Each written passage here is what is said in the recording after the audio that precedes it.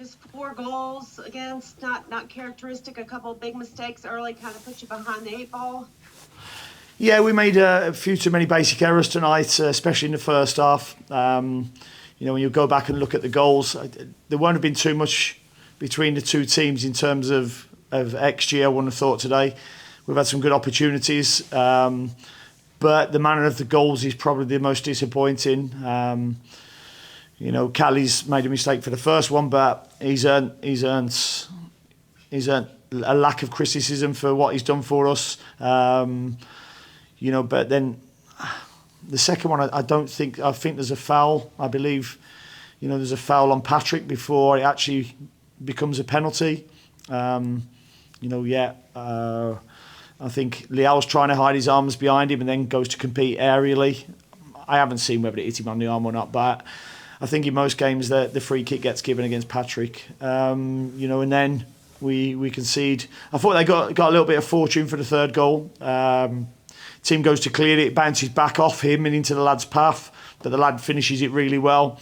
And I thought their fourth goal was a good goal for them. They're a good team, but I just felt we went away from our game plan a little bit. We spoke about their high line, sometimes leaving 1v1, and we have a massive chance after 20 seconds. What we'd spoke about playing in behind them, having runners in behind them, and giving them problems. And when we did that, when we followed the game plan, I thought we gave them problems. You think it took some adjusting not having Pep Biel in there, kind of to run things? No, I mean I thought Bram Bronico was our best player tonight, and he played in a position that Pep would normally play in. I thought he was a warrior today. Won the penalty to get us back in the game. Pressed them really well. We got our press wrong a couple of times, but they're a team that you expect to have an awful lot of the football. That's what they do. That's the way they play. But we felt there was ways that we could hurt them, and we've missed a couple of really big opportunities at 3-2 as well to get back on level terms. And they switched play twice to score a good fourth goal, which probably took the game away from us.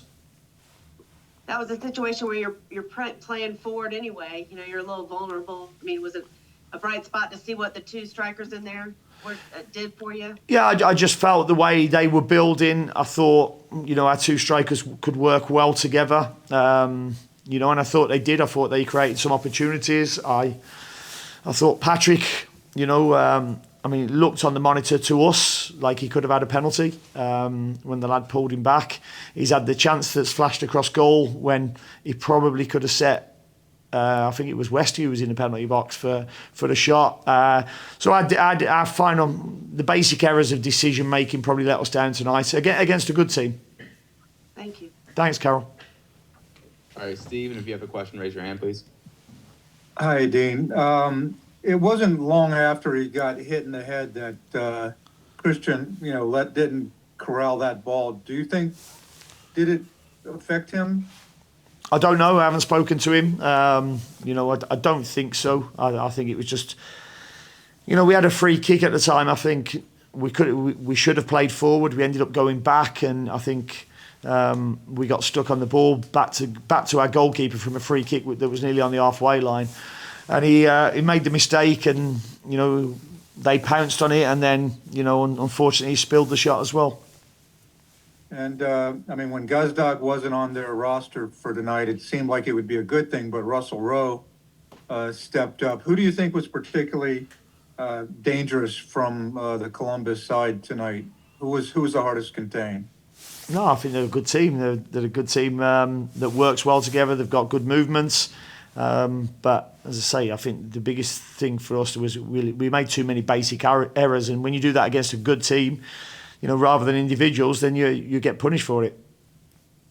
And with that, but overall, with the effort, the sense of urgency was there, that what you wanted to see tonight? Yeah, I mean, listen, nobody likes to get beat, but out of the 3 defeats we'd had previously, that's the one that you have to accept.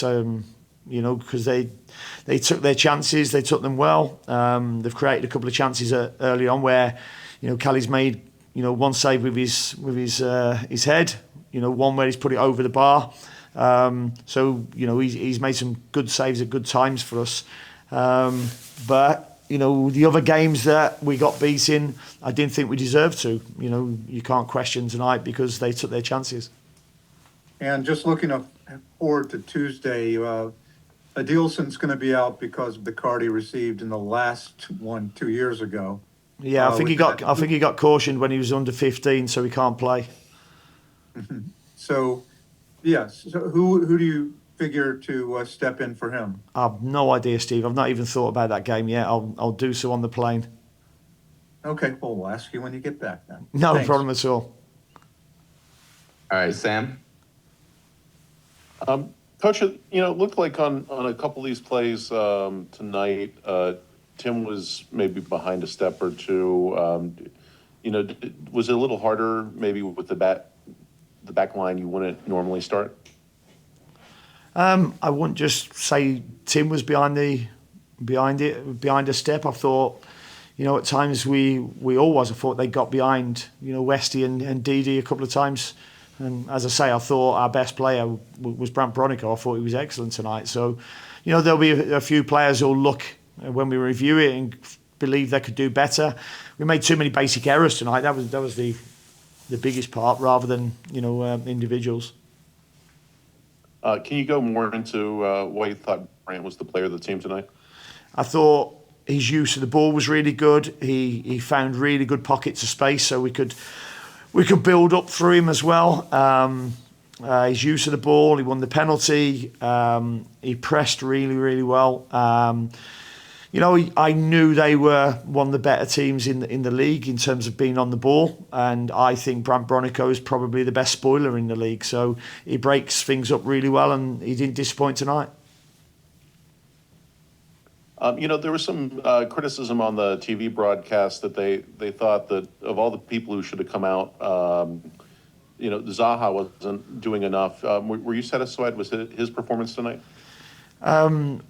I thought he was okay tonight. I think he's had better performances, but I said this in the week. If we've got pundits criticising DPs who come into the league because they're not scoring 10 goals in 10 games and doing cartwheels and walking on the hands, then they need to respect the league better, because if they are coming in and scoring 10 goals, then it doesn't make it a very competitive league. I think it's a really competitive league. So somebody who's been not playing for nearly over a year, he's not going to come in straight away and be fluid and taking on 4 players at a time. And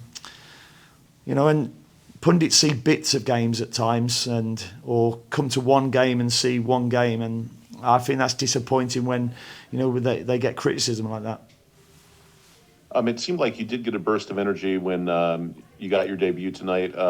What did you think of number 2's performance off the bench? I thought he done well. Again, I thought it was the right time to put Jack on, give us a little bit more pace going forward. And he done well. He got forward. He put some decent crosses into the box.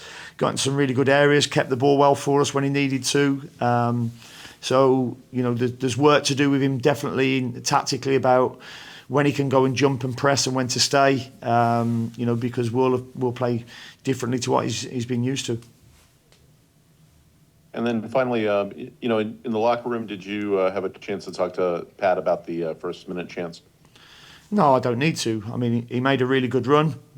Westy's made a really good play. And strikers will score chances and they'll miss chances. That's what they do. He'll be disappointed he hasn't got on a score sheet today. But if you get chances, you've got more chances of scoring than not getting chances. Thanks, Coach. Safe travels. Cheers. Thank you.